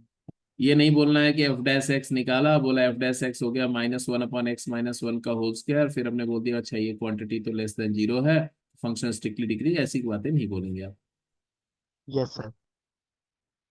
पहले डोमेन चेक करेंगे। दूसरा बी वाला पार्ट, बी वाला पार्ट में एक्स इक्वल 0 पर फंक्शन वेल डिफाइंड है, एफ डैश एक्स की वैल्यू आपने निकाली, आ गया -1 अपॉन 3 प्लस एक्स का होल स्क्वायर। ये इसलिए कर रहे हैं हम, जरूरत नहीं थी ये करने की, बट इसलिए कर रहे हैं क्योंकि ये फंक्शन कंटिन्यूअस एंड डिफरेंशिएबल है उस पॉइंट पर। हमने डिफरेंशिएट किया, बोला लेस देन 0 है तो एफ एक्स स्ट्रिक्टली डिक्रीजिंग होगा। ये सब करने की जरूरत नहीं थी, मैं ऐसे भी बोल सकता था क्या, कि -h 0 और h पर अगर फंक्शन की वैल्यू कंपेयर करें तो एफ ऑफ -h की वैल्यू और एफ ऑफ 0 की वैल्यू और एफ ऑफ 0 प्लस h की वैल्यू अगर देखो तो क्या आ रहा है, 1/3 में आ रही है। माइनस एच, और ये 1/3 और ये 1/3 प्लस एच। अब आप खुद बताओ कि 3 माइनस एच बड़ा होता है कि 3 या 3 प्लस एच? 3 माइनस एच से बड़ा 3 होता है, 3 से बड़ा 3 प्लस एच। रेसिप्रोकल करने रेसिप्रोकल तो करना करने है। पर इनइक्वालिटी क्या हो जाएगी, रिवर्स हो जाएगी। तो ऐसे होगी ना, ये बड़ी है इससे और ये से बड़ा है, मतलब F of 0 minus h F of 0 से बड़ा है, एफ ऑफ 0 प्लस एच से बड़ा है, मतलब इनपुट को बढ़ा रहे हैं, आउटपुट क्या हो रहा है, छोटा हो रहा है, तो स्ट्रिक्टली डिक्रीजिंग फंक्शन। तो डेरिवेटिव की जरूरत नहीं थी, डेरिवेटिव सिर्फ हम यूज कर लेते हैं, कहां पर यूज कर लेंगे, जहां पर मेरे को फंक्शन डिफरेंशिएबल दिख जाएगा वहां पर डेरिवेटिव की हेल्प करके हम अपना काम चोरी कर जाएंगे, बस और कुछ नहीं। बात समझ में आ गई? अब आपको टेस्ट कर सकता हूं मैं, आपकी समझ को टेस्ट कर सकते हैं, तो हर कोई तैयार हो जाओ। If F A is not defined the monotonicity will not be indicated at that point. ये बात याद रखना, एफ एक्स मोनोटोनिकली इंक्रीजिंग है या डिक्रीजिंग है, मतलब स्ट्रिक्टली इंक्रीजिंग है कि स्ट्रिक्टली डिक्रीजिंग है, कि नॉन इंक्रीजिंग है कि नॉन डिक्रीजिंग है, या नाइदर इंक्रीजिंग नॉट डिक्रीजिंग है, ए पॉइंट पर। हर पॉइंट की बात करेंगे। बोलो, ग्राफ को देखो और बताओ इनमें से कौन सी कैटेगरी है। Neither increasing not decreasing. हाँ वही। ये एक्चुअली लोकल मैक्सिमा हो गया ना, लेफ्ट वाली वैल्यू से भी वैल्यू बड़ी है और राइट से भी बड़ी है ना। Yes sir. तो लेफ्ट से पॉइंट तक आने में इंक्रीज कर रहा है और उस पॉइंट से राइट जाने में डिक्रीज कर रहा है, तो ये नॉन मोनोटोनिक पॉइंट है, नाइदर इंक्रीजिंग नॉर डिक्रीजिंग। ये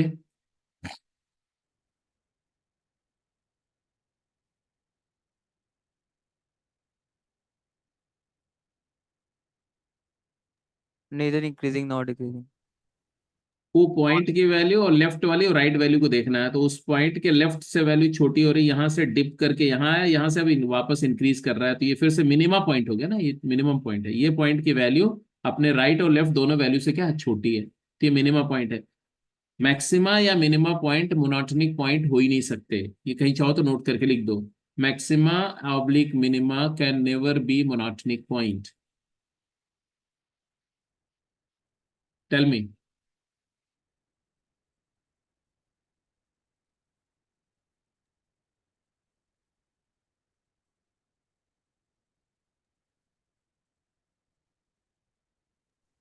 नॉन डिक्रीजिंग। Strictly increasing. 0 पर वैल्यू 0 माइनस एच से बड़ी है और 0 प्लस एच वाली वैल्यू 0 से बड़ी है, राइजिंग अप है ग्राफ।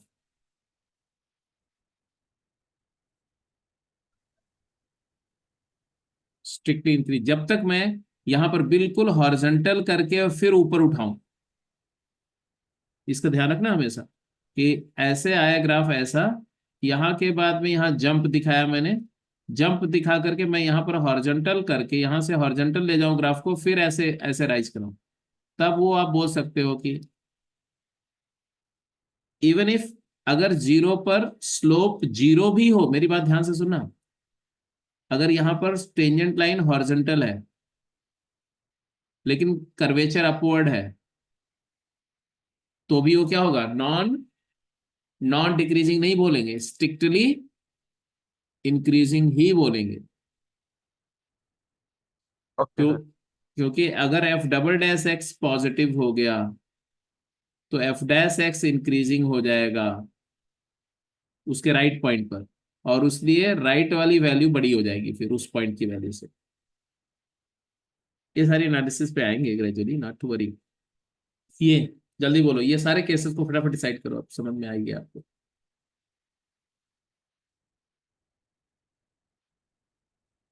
यहाँ पर क्या बताया ये इसमें? Neither. neither neither minimum point है, मिनिमम नॉन मोनोटोनिक पॉइंट, ये स्ट्रिक्टली इंक्रीजिंग। स्ट्रिक्टली इंक्रीजिंग,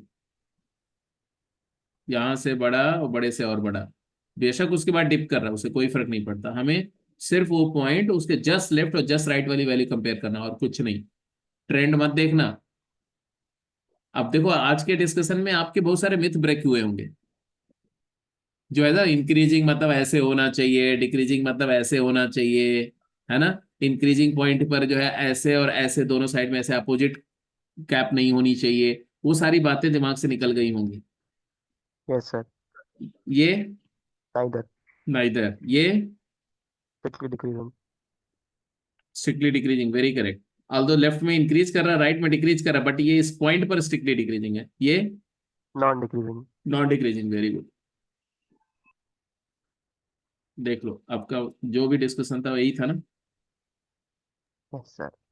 अच्छा, अगर ये पॉइंट है ये, और इसी पॉइंट पर अगर मैं ऐसा बोल दूं कि ये पॉइंट पर वैल्यू यहाँ है, अब क्या हो जाएगा ये?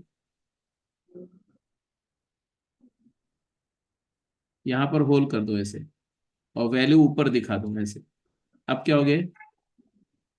अभी भी neither increase नाइदर ही होगा अभी भी। ना इधर ही रहेगा।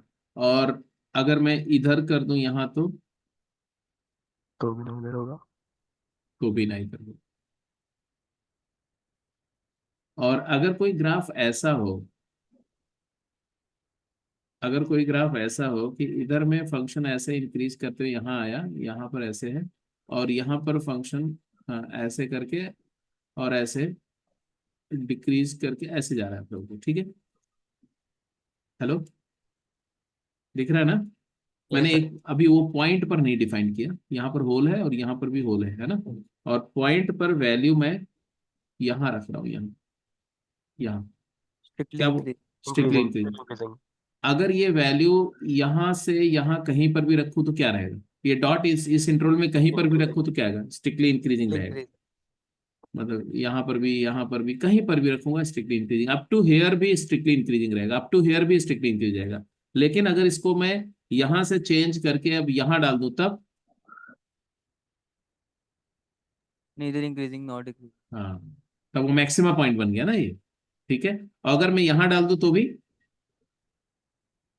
तो मिनिमा बन जाएगा तो मतलब अगर ये वैल्यू जो है वो 3 है और ये वैल्यू 1 है, तो can I can say that f a lies between 1 closed to 3 closed, if then f x remains strictly increasing strictly increasing at x equal to 0.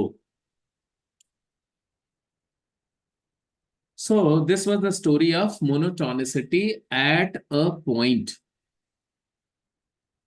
अब ऐसे ही मैं एक फन सा एक क्वेश्चन पूछ रहा हूं, मैं कुछ स्टेटमेंट लिख रहा हूं, आप जरा अपना ओपिनियन बताना।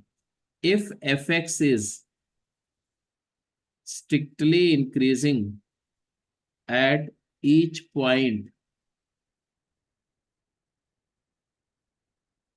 of its domain, then fx is called strictly increasing function in its domain। बोलो हाँ या ना, ये बात सही है?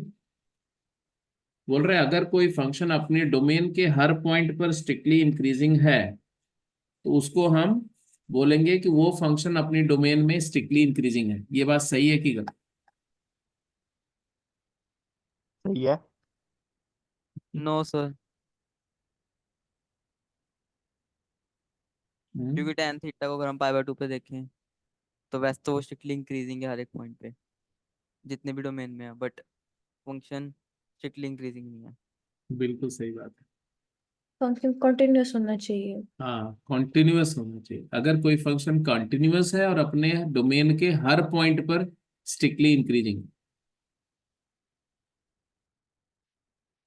समझ में नहीं आया सर। समझ में नहीं आया ना? चलो समझा देते हैं। F x equal to fractional part x के बारे में क्या ख्याल है? फ्रैक्शनल पार्ट एक्स बात मत करो, tan इनवर्स एक्स की बात करता हूँ, ज्यादा अच्छा है। tan एक्स की बात करें ज्यादा अच्छा है। F x equal to tan x function की बात कर रहे हैं। मान लो उसका डोमेन मैंने दिया -पाई से पाई, क्लोज ले लो, कोई बात नहीं, एक्सेप्ट π/2, है ना? Yes sir. Plus minus π/2, 2 point हटा दो उसमें से जहां पर वो डिफाइंड। इस इंटरवल में फंक्शन अपने हर एक पॉइंट पर स्ट्रिक्टली इंक्रीजिंग है, ये बात से इत्तेफाक रखते हो कि नहीं? Yes sir. रखते हो। लो, मैं ग्राफ भी बना देता हूँ so that you can just verify it. ये है π/2, ये है -+पाई, और ये है -π/2, और यहाँ है -पाई का line. F x equal to tan x का graph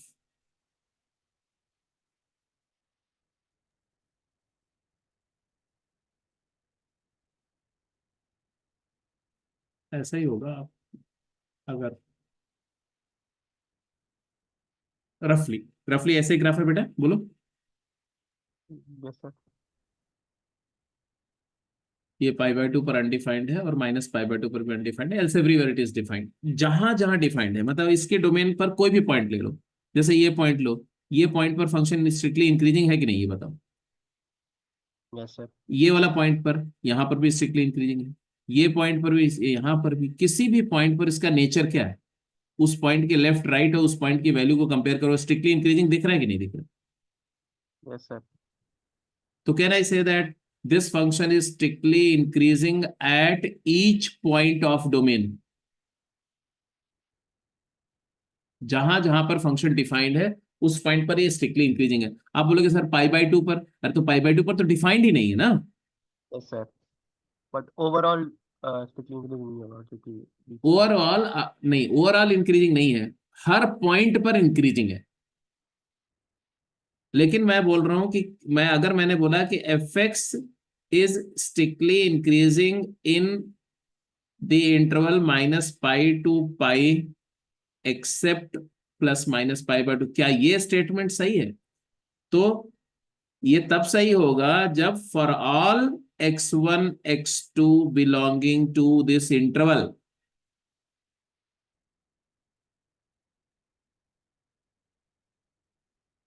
if x1 is less than x2 then fx1 has to be less than fx2। क्या ये बात होल्ड हो रही है?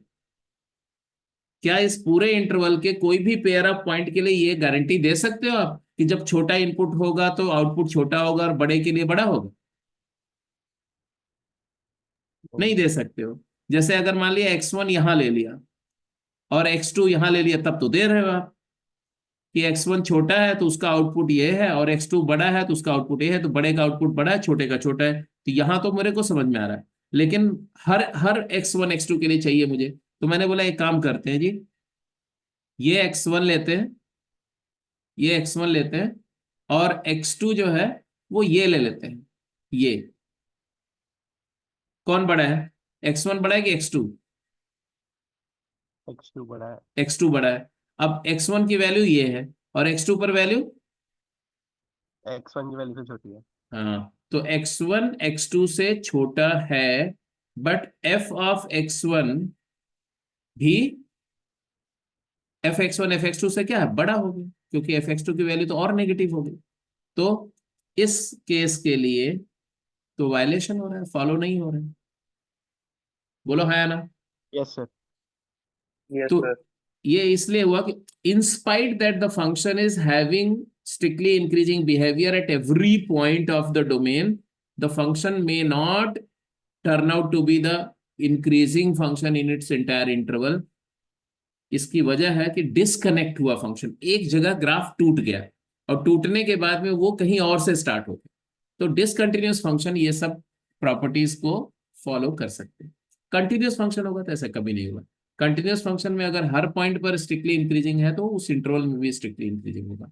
तो ये मोनोटोनिसिटी इन एन इंटरवल पर आ रहे हैं अब हम लोग, तो वो सब बात समझ में आएगी। ठीक है जी। तो बेसिकली सारा पॉइंट आपको समझ में आ गया है। अगर इतनी बात समझ में आ गई तो अब टेस्टिंग पर फटाफट बस नोट करो, लिखना है आपको। ठीक है, तो जस्ट अपनी कॉपी पेन लेके तैयार हो जाओ, फटाफट लिखते जाओ और अपने आप इंटरप्रेट करोगे मैं जो मैथमेटिकल टर्म्स बता रहा हूँ। Test of monotonicity at a point for a differentiable function की पहले बात करेंगे। For a differentiable function at x equal to a, एक फंक्शन है जो कि डिफरेंशिएबल है ए पॉइंट पर, डेरिवेटिव निकालो। डिफरेंशिएबल फंक्शन में हम टेस्टिंग करने के लिए डेरिवेटिव का यूज कर सकते हैं। अगर एफ डैश ए पॉजिटिव है ए पॉइंट पर, अगर डेरिवेटिव पॉजिटिव है तो फंक्शन स्ट्रिक्टली इंक्रीजिंग है एट ए। अगर एफ डैश ए नेगेटिव है, डिफरेंशिएबल फंक्शन है, ए पॉइंट पर डेरिवेटिव निकाला, अगर डेरिवेटिव की वैल्यू ए पॉइंट पर नेगेटिव आ गई तो हम बोलेंगे फंक्शन स्ट्रिक्टली डिक्रीजिंग है ए पॉइंट पर। लेकिन अगर डेरिवेटिव जीरो आ गया, डेरिवेटिव जीरो आने पर मैंने आपको बताया हुआ कि कुछ भी प्रेडिक्ट मत करना। डेरिवेटिव जीरो आने पर क्या करना होगा वो लिखो। अगर ए पॉइंट पर डेरिवेटिव जीरो हो गया then examine the sign of the f dash a minus h and f dash a plus h. जब ए पॉइंट पर डेरिवेटिव जीरो हो जाए तो आप ए के लेफ्ट में और ए के राइट में, इमीडिएट लेफ्ट और राइट में डेरिवेटिव का साइन देखना है। उस ए पॉइंट के डेरिवेटिव के बारे में नहीं सोचना है। अगर ए पॉइंट के इमीडिएट लेफ्ट में डेरिवेटिव का साइन पॉजिटिव आ गया और राइट में भी पॉजिटिव आ गया तो इंस्पाइट कि उस पॉइंट पर डेरिवेटिव जीरो है, फंक्शन स्ट्रिक्टली इंक्रीजिंग होगा। अगर लेफ्ट में नेगेटिव आ गया, राइट में भी नेगेटिव आ गया, तो इंस्पाइट कि उस पॉइंट का डेरिवेटिव जीरो है, फंक्शन स्ट्रिक्टली डिक्रीजिंग हो जाएगा। और अगर लेफ्ट और राइट में डेरिवेटिव का साइन चेंज हो गया तब फंक्शन नॉन मोनोटोनिक हो जाएगा। और अगर लेफ्ट और राइट में भी जीरो आ गया, ए पर भी डेरिवेटिव जीरो आ गया, उसके जस्ट लेफ्ट में ए माइनस एच पर भी डेरिवेटिव जीरो आ गया और ए प्लस एच पर भी जीरो आ गया, तब फंक्शन कांस्टेंट फंक्शन हो जाएगा। आई थिंक इतनी बात आपको अब अच्छे तरीके से समझ में आ रही होगी। लिख दो इसको। F dash a minus H positive है, F dash a plus H भी पॉजिटिव, मतलब उस पॉइंट पर डेरिवेटिव जीरो है लेकिन उसके लेफ्ट और राइट में डेरिवेटिव का साइन चेंज नहीं हो रहा है, दोनों साइड में डेरिवेटिव पॉजिटिव है, तो फंक्शन स्ट्रिक्टली इंक्रीजिंग बोला जाएगा ए पॉइंट पर। अगर उस पॉइंट के इमीडिएट लेफ्ट और राइट दोनों में डेरिवेटिव का साइन नेगेटिव है तो फंक्शन उस पॉइंट पर स्ट्रिक्टली डिक्रीजिंग हो जाएगा। अगर उस पॉइंट के लेफ्ट और राइट में डेरिवेटिव का साइन अपोजिट है तो लेफ्ट में मान लो इंक्रीज कर रहा है, राइट में डिप कर गया, तो नॉन मोनोटोनिक पॉइंट हो जाएगा और नाइदर इंक्रीजिंग नॉट डिक्रीजिंग हो जाएगा। अगर उस पॉइंट के लेफ्ट और राइट में भी डेरिवेटिव जीरो है और उस पॉइंट पर तो जीरो था ही, तो फंक्शन के बारे में क्या बोलेंगे कि फंक्शन कांस्टेंट फंक्शन हो जाएगा। अब hopefully this discussion is very very evident, simple. तो आप इसके बेसिस पर ये 3 पार्ट का जल्दी से आंसर कर दो क्विकली। अगर किसी बच्चे को इनमें से किसी भी पॉइंट पर कहीं पर भी कोई ट्रबल है तो यू लेट मी नो।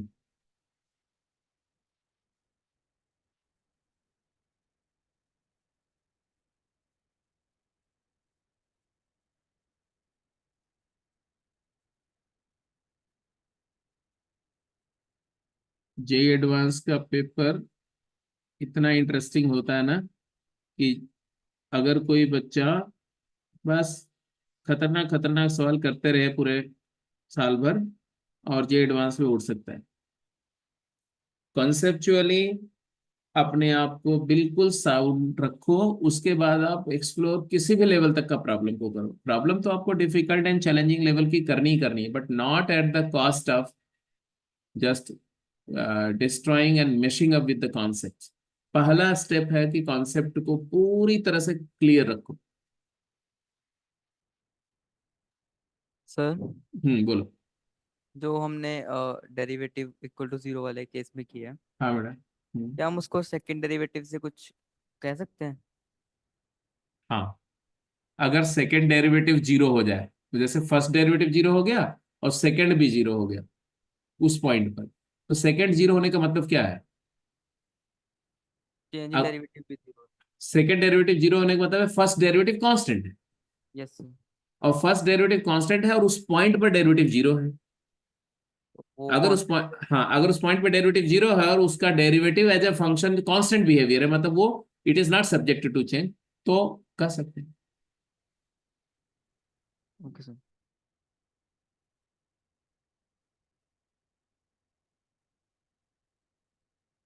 वैसे उसमें भी एक लोचा है, बड़ा बड़ा बड़ा इंटरेस्टिंग लोचा है। मान लो कि फर्स्ट डेरिवेटिव जीरो है उस पॉइंट पर, ठीक है, और सेकेंड डेरिवेटिव भी जीरो है, सेकेंड डेरिवेटिव भी जीरो है। पॉइंट ऑफ रिफ्लेक्शन ना बन जाए।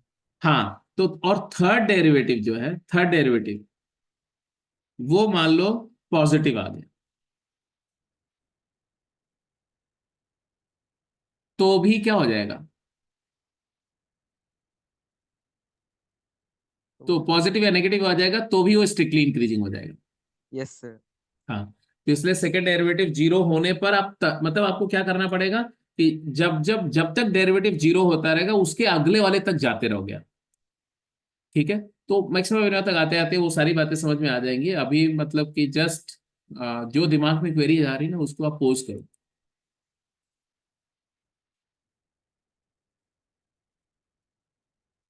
ABC,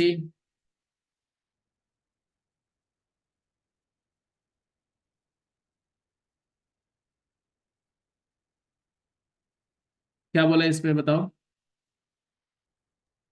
डेरिवेटिव ले लिया 3x² - 3 आ गया, उसी हाँ के ऊपर डिक्रीजिंग हो गया। हाँ, f' किया तो आ गया तुम्हारा, बिकॉज ये पॉलिनोमियल है तो कंटिन्यूअस डेरिवेबल है, तो हम फटाफट डेरिवेटिव से बता सकते हैं। 3x² - 3 आ गया, that is 3 times x-1 into x+1 आ गया। अब सीधे आप साइन देख लो, बात खत्म करो। जीरो, ये -1 है, ये 1 है, तो यहाँ पॉजिटिव है या नेगेटिव है? यहाँ पॉजिटिव है, तो जीरो पर डेरिवेटिव नेगेटिव है तो स्ट्रिक्टली डिक्रीजिंग आ गई। 1 पर चेंज हो रहा है साइन, तो नाइदर इंक्रीजिंग नॉट डिक्रीजिंग है ना, नॉन मोनोटोनिक हो गया। और 2 पर स्ट्रिक्टली इंक्रीजिंग हो गया। ऐसे ही आप इसकी बात कर लो, बी वाले पार्ट पर। बी वाले पार्ट में क्या आया? वाई प्राइम क्या है? 3x² + 6x, that is 3x into x+2। Sign scheme फटाफट देख लिया, -2 एंड 0, -2 एंड 0, राइट में positive negative positive. Now you can claim -2 पर क्या है? लेफ्ट में पॉजिटिव राइट में नेगेटिव, नॉन मोनोटोनिक पॉइंट आ गया। ऑल्दो डेरिवेटिव यहाँ पर 0 है बट नॉन मोनोटोनिक है। और 0 पर, नॉन मोनोटोनिक। 0 पर भी नॉन मोनोटोनिक है, बट 0 नहीं हुआ। 1 पर, 1 1 पर पर स्ट्रिक्टली इंक्रीजिंग, 1 पर स्ट्रिक्टली इंक्रीजिंग है, यहाँ पर नॉन मोनोटोनिक। ऐसे ही ये सी पार्ट पर बात कर लो फटाफट जल्दी। सी पार्ट पे आपका क्या क्लेम है, जल्दी बोलो। मतलब अगर फंक्शन डेरिवेबल है तो आपका आधा से ज्यादा काम आसान हो गया, बस कॉन्सेप्चुअली बात पूरा रखो। वाई प्राइम क्या आया? वाई प्राइम आया 1 1, + 2 sin 2x। 1 - 2 sin 2x,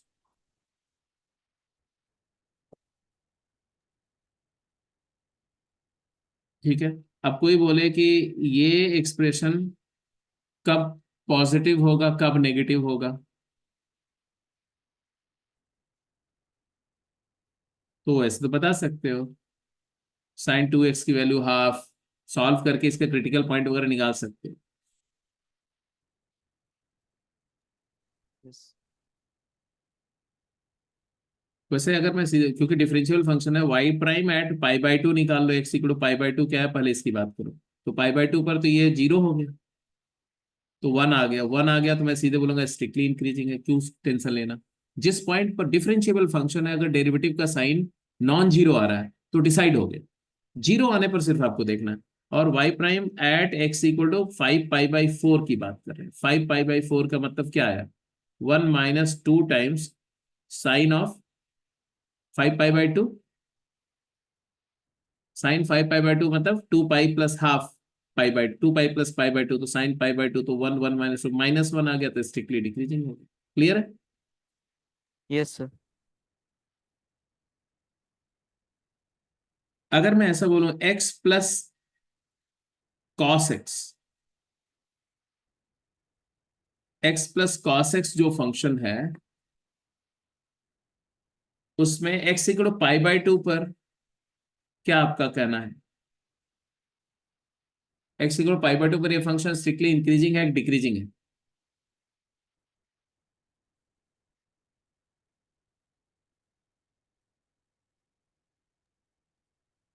तो आपने सबसे पहले y पर डिफरेंशिएबल फंक्शन है y वन प्राइम माइनस निकाल। Cos x, one minus sine x जो इसका डेरिवेटिव है वो हमेशा greater than equal to zero ही है। हाँ तो 1 माइनस साइन एक्स की वैल्यू ग्रेटर और इक्वल टू 0 होगी at x equal to pi by 2, 0 है डेरिवेटिव, नो डाउट। बट उसके लेफ्ट और पहले और राइट में, बाद में दोनों बार पॉजिटिव है। हाँ क्योंकि लेफ्ट और राइट दोनों में, तो ये पाई बाय 2 ये पॉइंट आया बेटा, पाई बाय 2 पर डेरिवेटिव आपको आ रहा है 0, नो डाउट अबाउट इट। लेकिन इसके राइट में डेरिवेटिव पॉजिटिव आ रहा है, लेफ्ट में पॉजिटिव आ रहा है, क्योंकि नेगेटिव तो हो ही नहीं सकता। तो इंस्पाइट की उस पॉइंट पर डेरिवेटिव 0 है, ये फंक्शन क्या है? Strictly increasing. इंक्रीजिंग है। वैसे भी एक्स प्लस कॉस एक्स का ग्राफ आप बना सकते हैं, खैर ग्राफ अपने आप बना लेना, अभी इसमें ग्राफ की बात मैं नहीं करूंगा। तो किसी डिफरेंशिएबल फंक्शन के लिए मोनोटोनिसिटी टेस्ट कैसे करते हैं, इसका पूरा कहानी आपके सामने क्लियर है, आप समझ गए हो, तो मुझे पूरा भरोसा है कि आप सही सही कर लेंगे। अगर नॉन डिफरेंशिएबल है तो जल्दी जल्दी बस को नोट कर लेते हैं, ठीक है? उसके बाद फिर अगली क्लास में आगे बढ़ेंगे, इन मोनोटोनिसिटी एंड इंटरवल की बात करेंगे। नॉन डिफरेंशियल फंक्शन है बट कंटिन्यूअस है। तीन तरह के फंक्शन मिलेंगे, डिफरेंशिएबल है डेरिवेटिव से जाओ, नॉन डिफरेंशिएबल बट कंटिन्यूअस है। तो जब तक कॉन्टिन्यूटी है ना, टेंशन की बात नहीं है। नॉन डिफरेंशिएबल बट कंटिन्यूअस में सिर्फ एक ही प्रॉब्लम आएगी कि उस पॉइंट पर डेरिवेटिव की बात नहीं कर सकते हैं। तो हमेशा लेफ्ट और राइट डेरिवेटिव की बात होगी, उस पॉइंट के डेरिवेटिव की बात नहीं होगी। तो एफ एक्स कॉन्टिन्यूअस फंक्शन है बट डिफरेंशिएबल नहीं है अगर ये पॉइंट पर, but derivative of F x exist in both neighbourhood left and right. तो हमें क्या करना पड़ेगा? अगर एफ एक्स ग्रेटर देन ए के लिए इंक्रीज कर रहा है और एक्स लेस देन ए पर भी इंक्रीज कर, मतलब ए के राइट और लेफ्ट दोनों साइड में अगर फंक्शन का डेरिवेटिव पॉजिटिव है तो हम बोलेंगे कि स्ट्रिक्टली इंक्रीजिंग है, मतलब एफ डैश ए नेगेटिव भी पॉजिटिव है और एफ डैश ए पॉजिटिव, उस पॉइंट का लेफ्ट डेरिवेटिव और राइट डेरिवेटिव अगर दोनों पॉजिटिव है तो फंक्शन स्ट्रिक्टली इंक्रीजिंग हो जाएगा, इसमें तो कोई डाउट नहीं है। अगर लेफ्ट और राइट दोनों डेरिवेटिव डिक्रीजिंग हो जाए, नेगेटिव आ जाए, मतलब लेफ्ट में भी डिक्रीज कर रहा है राइट में भी, तो फंक्शन स्ट्रिक्टली डिक्रीजिंग हो जाएगा। लेकिन अगर फंक्शन का derivative F dash a minus H positive है और एफ डैश ए नेगेटिव, मतलब अगर लेफ्ट डेरिवेटिव 0 हो और राइट डेरिवेटिव भी 0 हो, एलएचडी और आरएचडी दोनों 0 हो, तब तो डिफरेंशिएबल हो जाएगा। मतलब मैं बोल रहा हूं कि अगर एलएचडी 0 है और आरएचडी पॉजिटिव है, या एलएचडी पॉजिटिव है, एलएचडी पॉजिटिव है और आरएसडी 0, मतलब एक साइड 0 हो जाए एक साइड पॉजिटिव हो जाए, तो भी तो नॉन डिफरेंशिएबल हो गया। तो उस केस में हम क्या करेंगे, तो बोल रहे हैं तब उस केस में हम उस पॉइंट के लेफ्ट में और उस पॉइंट के राइट में डेरिवेटिव का साइन देखेंगे। तो अगर उस पॉइंट का कोई एक साइड का डेरिवेटिव जो है वो अगर 0 हो गया तो हमें उसके लेफ्ट और राइट में ए माइनस एच और ए प्लस एच पर डेरिवेटिव का साइन देखना पड़ेगा। अगर वो पॉजिटिव आ रहा है दोनों साइड में तो हम बोलेंगे स्ट्रिक्टली इंक्रीजिंग। ऐसे अगर दोनों साइड में नेगेटिव आ रहा है तो स्ट्रिक्टली डिक्रीजिंग बोल देंगे। और अगर डेरिवेटिव का साइन चेंज हो रहा है ए के अक्रॉस, तब हम बोलेंगे फंक्शन नॉन मोनोटोनिक। ठीक है? तो इस पर ये 3 क्वेश्चन मैं दे रहा हूं, ये अपने आप इसका, ये अपने आप टेस्ट करके, ये स्क्रीनशॉट ले लो इसका और इसको टेस्ट कर लेना ये सारा, और यहीं से हम लोग कल का डिस्कशन कंटिन्यू करेंगे। कल फिर कल इवनिंग में मैं एक क्लास रखूंगा आपकी, परसों तो कोई क्लास है नहीं, कल मॉर्निंग में आपका रेगुलर शेड्यूल चलेगा, इवनिंग में फिर से एक क्लास रखेंगे, आपसे बात कर लेंगे वहीं पर कि कितने बजे रखा जाए। और फिर उसमें हम लोग जो है वो प्रॉपर प्रॉब्लम सॉल्विंग पे आ जाएंगे, कॉन्सेप्ट पूरा खत्म हो जाएगा 20-25 मिनट, 20-1 मिनट में, उसके बाद सीधे क्वेश्चंस पे आ जाएंगे। तो इस पे बहुत चैलेंजिंग प्रॉब्लम मिलेंगी आपको इस टॉपिक में, तो देखते हैं हाउ यू फेयर। ठीक है जी। Yes sir. चलो तो अभी यस सर। अभी जो आपका एमओडी और एमओडी के बाद टेंजेंट नॉर्मल के साथ उसी सेम एक्सरसाइज में आपको ये मोनोटोनिसिटी की भी एक्सरसाइज है, तो आप साथ के साथ में प्रॉब्लम प्रैक्टिस वहीं से कंटिन्यू करते रहो। अभी मैं समझ सकता हूँ कि अभी भी थोड़ा सा आपको वर्किंग के लिए उतना टाइम नहीं मिल रहा होगा, बट स्टिल एनफ है कि आप कम से कम 10-15 क्वेश्चन तो कर ही सकते हैं हर लेक्चर के अगेंस्ट।